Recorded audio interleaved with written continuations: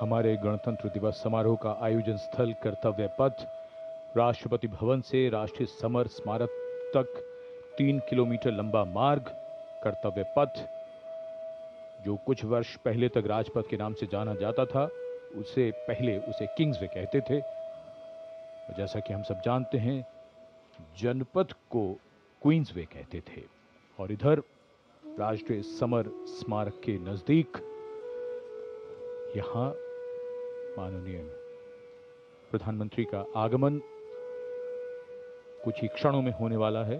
उनकी कारों का काफिला धीरे धीरे राष्ट्रीय समर स्मारक की ओर बढ़ता हुआ, राष्ट्रीय समर स्मारक पर छत्र के नीचे नेताजी सुभाष चंद्र बोस की प्रतिमा,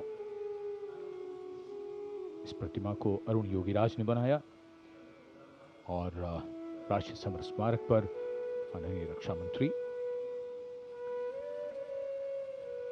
कुछ ही क्षणों के उपरांत माननीय प्रधानमंत्री श्री नरेंद्र मोदी का आगमन होगा राष्ट्रीय समर स्मारक पर, जहां वो देश के अमर सपूतों को श्रद्धा सुमन अर्पित करेंगे। वे अमर शहीद जिन्होंने देश की रक्षा के लिए हंसते हंसते अपने प्राण न्यौछावर कर दिए। रक्षा मंत्री श्री राजनाथ सिंह माननीय प्रधानमंत्री श्री नरेंद्र मोदी का स्वागत कर रहे हैं।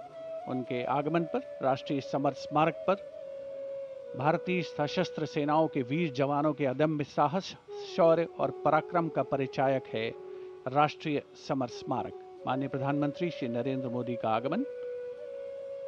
रक्षा सचिव Shri Rajesh Kumar Singh, chief of defence staff general Anil Chauhan, थल सेना अध्यक्ष जनरल उपेंद्र द्विवेदी, नौसेना अध्यक्ष एडमिरल डी.के. त्रिपाठी और वायुसेना अध्यक्ष air chief marshal Amarpreet Singh, माननीय प्रधानमंत्री महोदय का स्वागत, उनका अभिवादन सभी अधिकारियों के द्वारा। रक्षा मंत्री श्री राजनाथ सिंह के साथ माननीय प्रधानमंत्री श्री नरेंद्र मोदी राष्ट्रीय समर स्मारक की ओर प्रस्थान कर रहे हैं।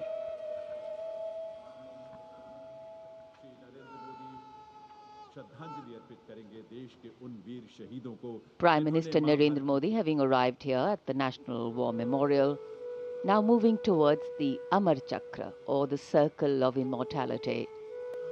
Here is lit the eternal flame, or the Amar Jawan Jyoti, which burns continuously under the central obelisk.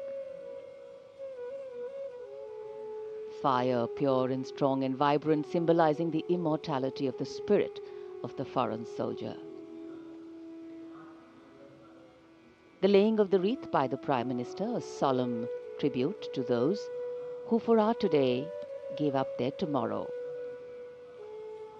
The circular wreath, symbolic of eternity, the continuity of the cycle of life and the journey of the being, with no beginning and no end. Squadron leader Hemant Singh Kanyal, leading the 21-member inter-services guard positioned here, will give the commands first for Salami Shastra, followed by Shok Shastra.